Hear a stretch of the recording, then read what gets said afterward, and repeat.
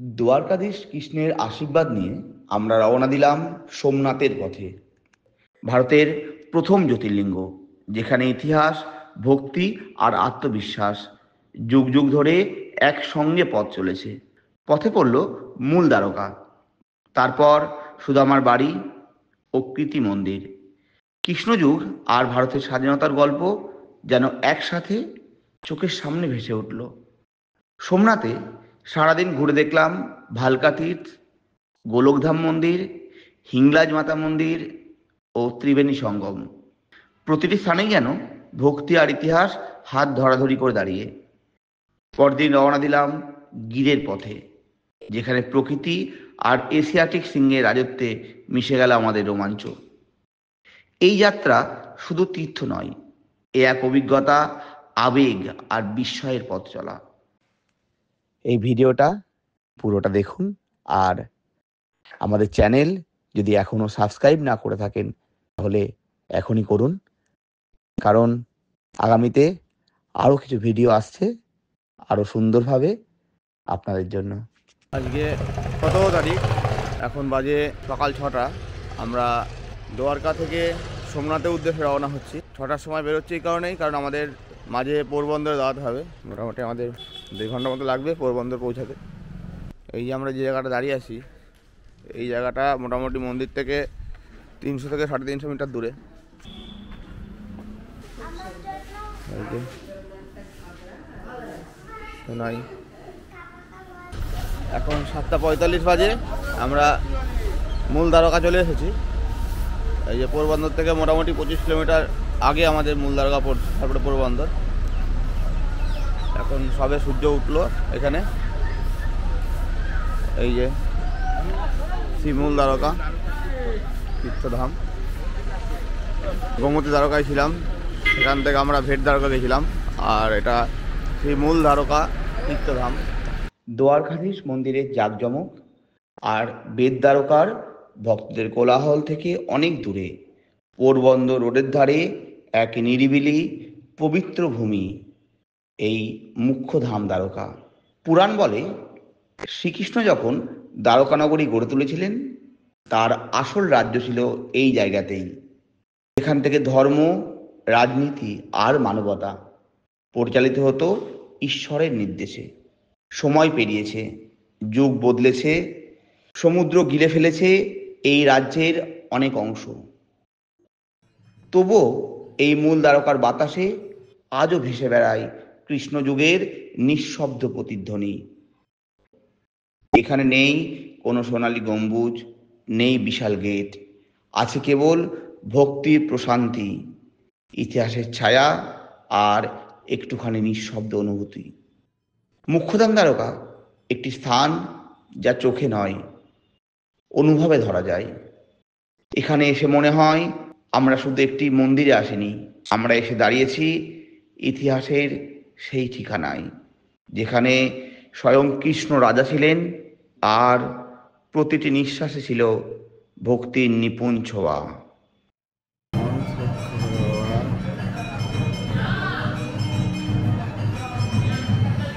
তো সুন্দর মন্দির, ঈশ্বর মহাদেব, ওই থেকে শ্রীকৃষ্ণ মুখোমুখি বসে আছে।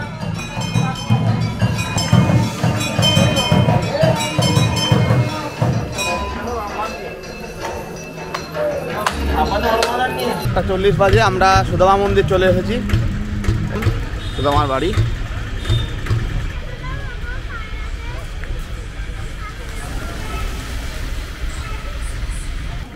এই যে সুদামা মন্দিরের ভেতরে ঢুকছি আমরা। দ্বারকার মাটিতে দাঁড়িয়ে যখনই শ্রীকৃষ্ণের নাম ওঠে, একটি নাম নিঃশব্দে হৃদয়ে দোলা দেয়, সুদামা। কৃষ্ণের শৈশব বন্ধু, এক নিঃস্বার্থ ভক্ত। এই স্থান সুদামার বাড়ি আজও সেই অমলিন বন্ধুত্বের স্মৃতি বহন করে। পুরাণে বলা হয়, দারিদ্র পীড়িত সুদামা স্ত্রীর অনুরোধে একদিন কৃষ্ণের কাছে সাহায্য চাইতে আসেন। হাতে ছিল শুধু এক মুঠো চিড়ে, আর হৃদয়ে ছিল অগাধ ভালোবাসা। দ্বারকাধীশ কৃষ্ণ সুদামাকে দেখে নিজে ছুটে এসে আলিঙ্গন করেন। আজও এই সুদামার বাড়িতে এসে মনে হয় এটা শুধুই একটি মন্দির নয়, এ এক জীবন্ত শিক্ষা যে সত্যিকারের বন্ধুত্বের মাপকাঠি কখনো ধন সম্পদ নয়, বরং ভালোবাসা, শ্রদ্ধা আর হৃদয়ের নিঃস্বার্থতা। সুদামা মন্দির থেকে একদম 500 মিটারের মধ্যে কীর্তি মন্দির। এই যে মহাত্মা গান্ধীর স্ট্যাচু।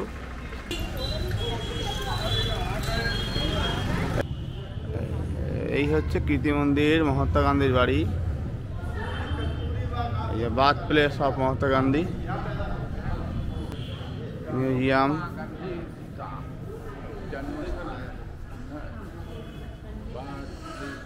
সুদামার নিঃস্বার্থ বন্ধুত্বের স্পর্শ মনের ভেতর রেখে আমরা পৌঁছে গেলাম পোরবন্দরের গর্ব প্রীতি মন্দির। এটি শুধুমাত্র একটি মন্দির নয়, এ এক জীবন্ত স্মারক। এখানেই জন্মেছিলেন ভারতের অহিংস স্বাধীনতা আন্দোলনের পথপ্রদর্শক মহাত্মা গান্ধী। এই ঘর, এই উঠোন, এই নিঃশব্দ প্রাচীরগুলোর মাঝে লুকিয়ে আছে ইতিহাসের প্রতিধ্বনি। শৈশবের দিনগুলো এখানেই কেটেছে তার, যেখানে শুরু হয়েছিল এক মহান আদর্শের যাত্রা, সত্য, অহিংসা আর মানবতার পথে। আজ এই মন্দির প্রাঙ্গণটি রূপ নিয়েছে একটি সংগ্রহশালায়, যেখানে সংরক্ষিত রয়েছে তার ব্যবহার্য সামগ্রী, চিঠিপত্র, ছবি ও লেখালেখি। এখানে এসে সত্যিই মনে হয় এই মাটির প্রতিটি কণাতেই যেন আজও বেঁচে আছেন গান্ধীজি, নীরবে, শান্তভাবে, কিন্তু অটল এক আদর্শ নিয়ে। মন্দির থেকে বেরিয়েই, মানে মহাত্মা গান্ধীর বাড়ি থেকে বেরিয়ে আমরা যে মন্দিরটা পেলাম সেটা হচ্ছে কেদারেশ্বর মহাদেব মন্দির। এই যে মন্দিরের গেট, বাদিকে আছে গোঘরাজ বাবার মন্দির। এই হচ্ছে মেন মন্দির, কেদারেশ্বর মহাদেব মন্দির। অবশ্যই এখানে আসলে এই মন্দির না দেখে যাওয়া উচিতই নয়, কারণ এখানে ভীষণ সুন্দর মন্দির। কেদারনাথ ধাম,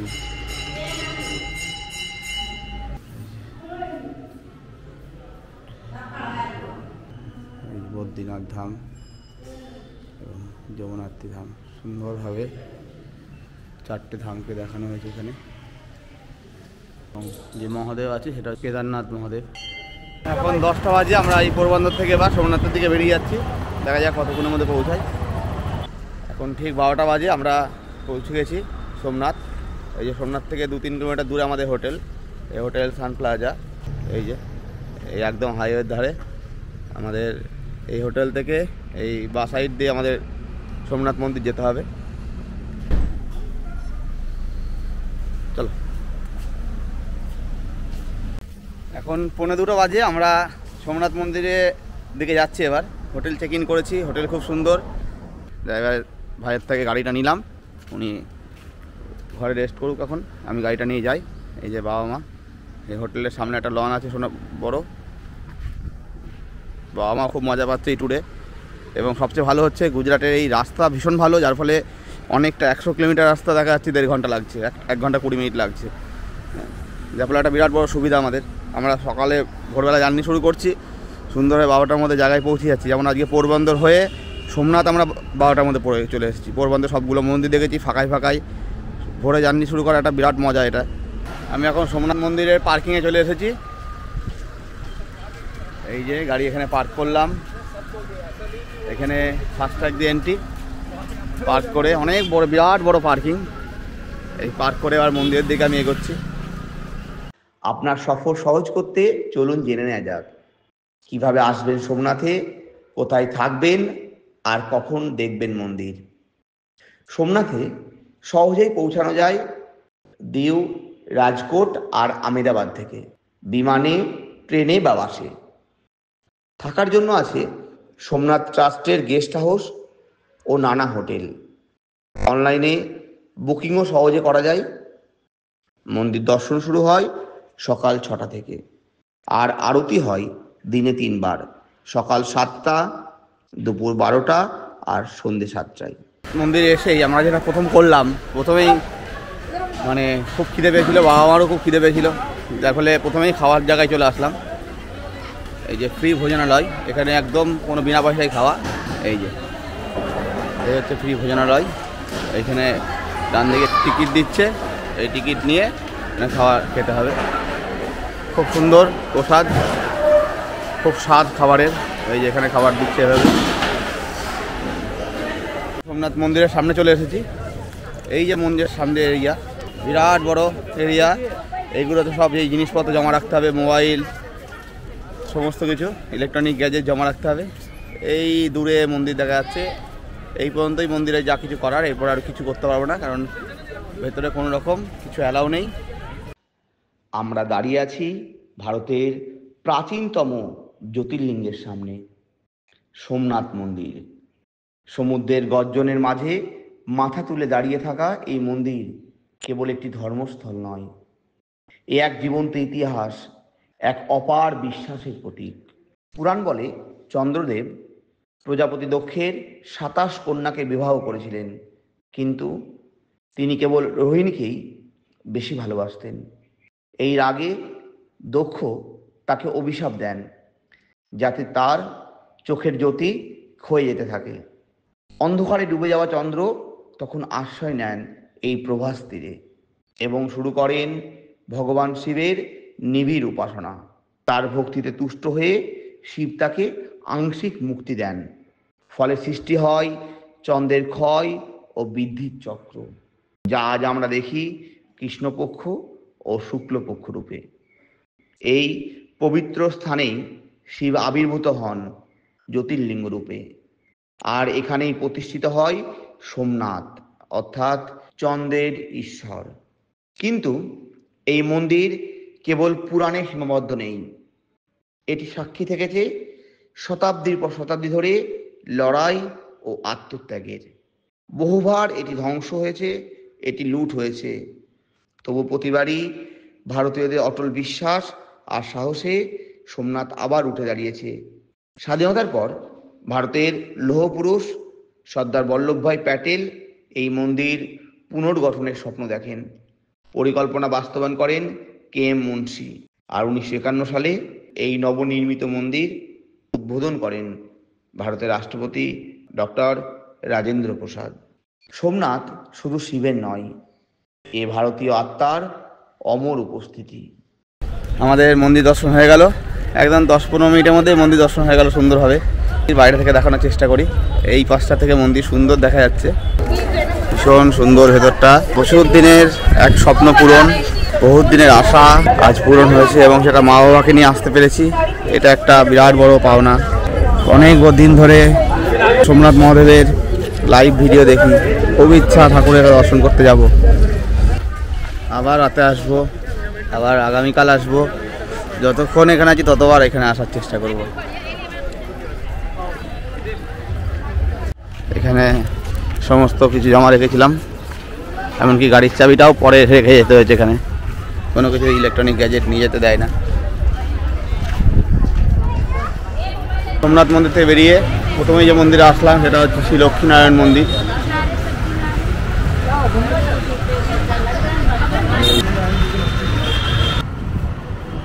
নারায়ণের মূর্তি আছে প্রথমেই। বাবা মা দর্শন হয়ে গেছে, বসে আছে।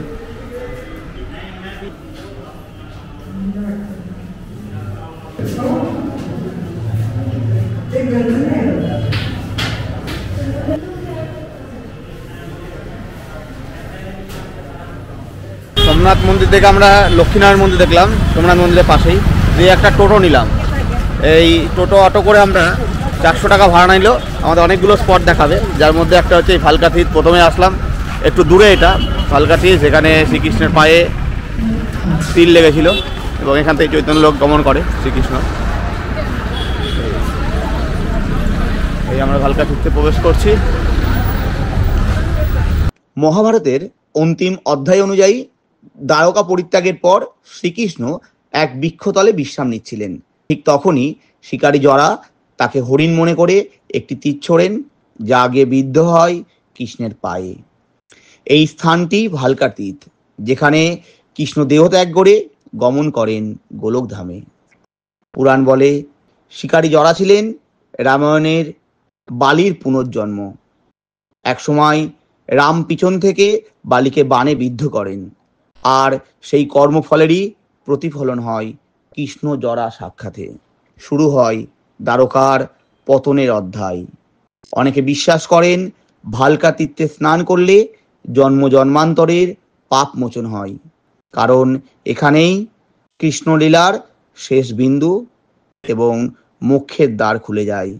ভালকা তীর্থের মন্দিরের পাশেই ভগটেশ্বর মহাদেবের মন্দির। এই হচ্ছে ভালকা তীর্থ মন্দির। অনেক বড় পার্কিং আছে, গাড়ি নিয়ে আসলে পার্কিংয়ের জায়গাও আছে এখানে। ভালকা তীর্থ থেকে আমি এখন চলে এসেছি বালগঙ্গায়। 12টা জ্যোতির্লিঙ্গ পরপর এই জলের মধ্যে, সমুদ্রের জলের মধ্যে আছে। সবাই মাথায় জল ঢালছে। কিছু জ্যোতির্লিঙ্গ দেখা যাচ্ছে, বেশ কিছু দেখা যাচ্ছে না। এই দুটোই এখন মেনলি দেখা যাচ্ছে, সব জলের মধ্যে আছে। এই দূরে সোমনাথ মন্দির দেখা যাচ্ছে। সোমনাথের মূল মন্দির থেকে একটু দূরে আমরা এসে দাঁড়িয়েছি এক মহাপবিত্র স্থানে, গোলকধাম তীর্থ, যাকে বলা হয় শ্রীকৃষ্ণের মর্ত্যলীলা সমাপ্তির স্থান। এই প্রশান্ত প্রাঙ্গণে ছড়িয়ে রয়েছে একাধিক পবিত্র স্থান: গীতা মন্দির, লক্ষ্মীনারায়ণ মন্দির, ভীমনাথ মন্দির, কাশী বিশ্বনাথ মন্দির, গোলক ঘাট। প্রতিটিই যেন কৃষ্ণযুগের এক একটি জীবন্ত প্রতিচ্ছবি।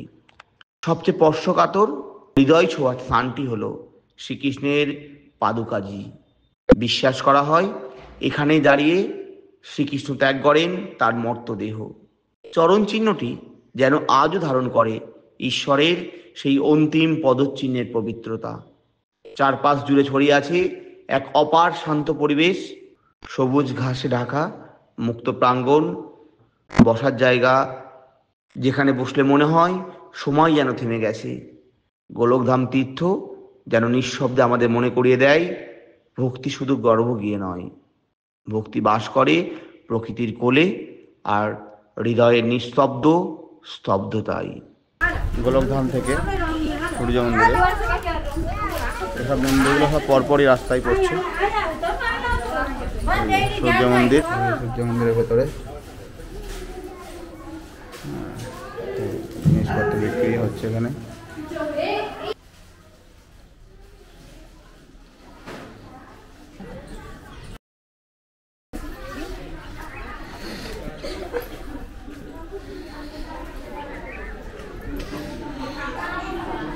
দোকানপাটে বসেছিলাম। সূর্য মন্দির আর হিঙ্গল মাতাজি, শ্রীকৃষ্ণের কুলমাতা, এই মন্দির দেখে এবার আমরা চলে আসলাম কামনাথ মহাদেবের মন্দিরে। ওই ওপরে দেখা যাচ্ছে সূর্য মন্দির আর হিংলাজ মাতাজির মন্দির তার পাশেই। অনেকটা নিচে নামতে হলো গুহার ভেতর ঢুকে হিংলাজ মাতা। খুব সুন্দর জায়গা, ভীষণ সুন্দর লাগলো। মা বাবাও দুজনাই এই গুহার ভেতর ঢুকে পড়েছে, দিয়ে ঠাকুর দর্শন করেছে, আবার উঠে এসেছে। ভীষণ কষ্টকর ঢোকাটা। সেখানে বাবা মা ঢুকলো, ভিতরে ঢুকে দর্শন করলো। এই নৃসিংহ ভগবান। আমরা এখন কামনাথ দেব মন্দিরে আছি। আদি শঙ্করাচার্য এই মন্দিরের প্রতিষ্ঠাতা, এবং মহাদেব আমাদের কামনা বাসনা পূর্ণ করে, যার জন্যই তিনি কামদেব নামে এখানে পূজিত হয়।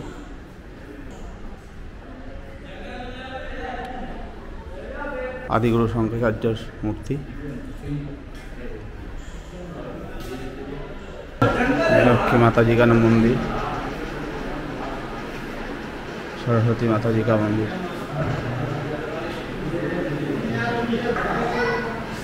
এখানে হচ্ছে 12 জ্যোতির্লিঙ্গ।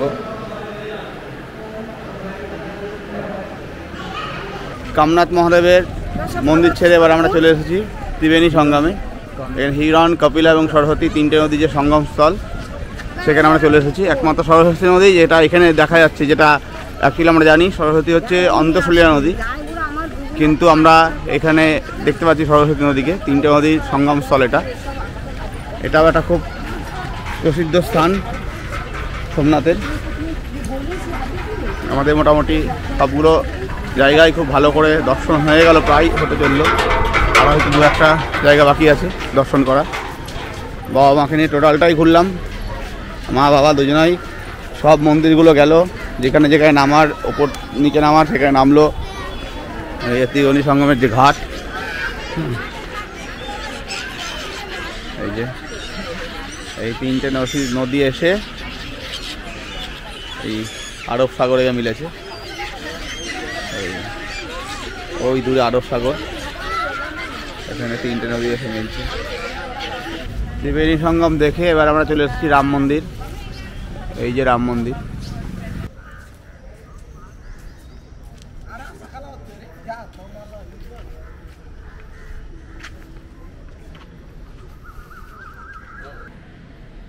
রাম মন্দিরের ভেতরে রাম সীতা লক্ষ্মণের মূর্তি, খুব সুন্দর মূর্তি। মন্দিরের এক পাশে আছে হনুমানজির মূর্তি, আর মন্দিরের আর এক পাশে আছে গণেশ ভগবান। লিখছে সবাই, রাম নাম লিখছে। দেখো বাবা, বাবা এখানে রাম নাম লিখছে, আমিও রাম নাম লিখলাম।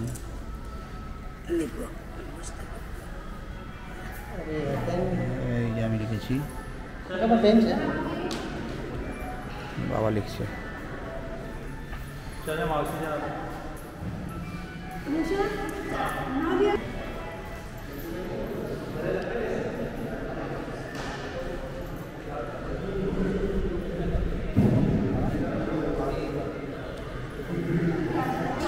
এখন 9:30 বাজে। আমরা এখনই এই মন্দির দেখে, মন্দিরের লাইট অ্যান্ড সাইন শো দেখলাম। ওই 8:45 শো, 9:20 শেষ হলো। এবার আমরা মন্দির থেকে বাইরে বেরোলাম। খুব সুন্দর, আজকে সারাদিন দর্শন হয়েছে, 2-3 করে ঠাকুরের দর্শন করেছি। এই যে মন্দির, এই যে মন্দিরে এখন লাইট জ্বলছে, লাইট সাইন শো হলো এখনই, এই যা শেষ হলো। সারাদিন সমস্ত মন্দির দেখেছি, সমস্ত কিছু করে সুন্দরভাবে সারাটা দিন আমাদের আজকে কেটেছে। সব মন্দির সব কিছু দেখা হয়ে গেছে। এবার আমরা হোটেলের দিকে ফিরছি। আবার আগামীকাল ভোরে আমাদের গির সাফারি আছে, 9টায় গির সাফারি আছে আমাদের শ্মশানগিরে। শ্মশানগির থেকে ঘুরে আবার সোমনাথই থাকবো। কালকেও সারাদিন এখানে সন্ধ্যেবেলায় এখানে থাকবো, গির ঘুরে এসে। এই যে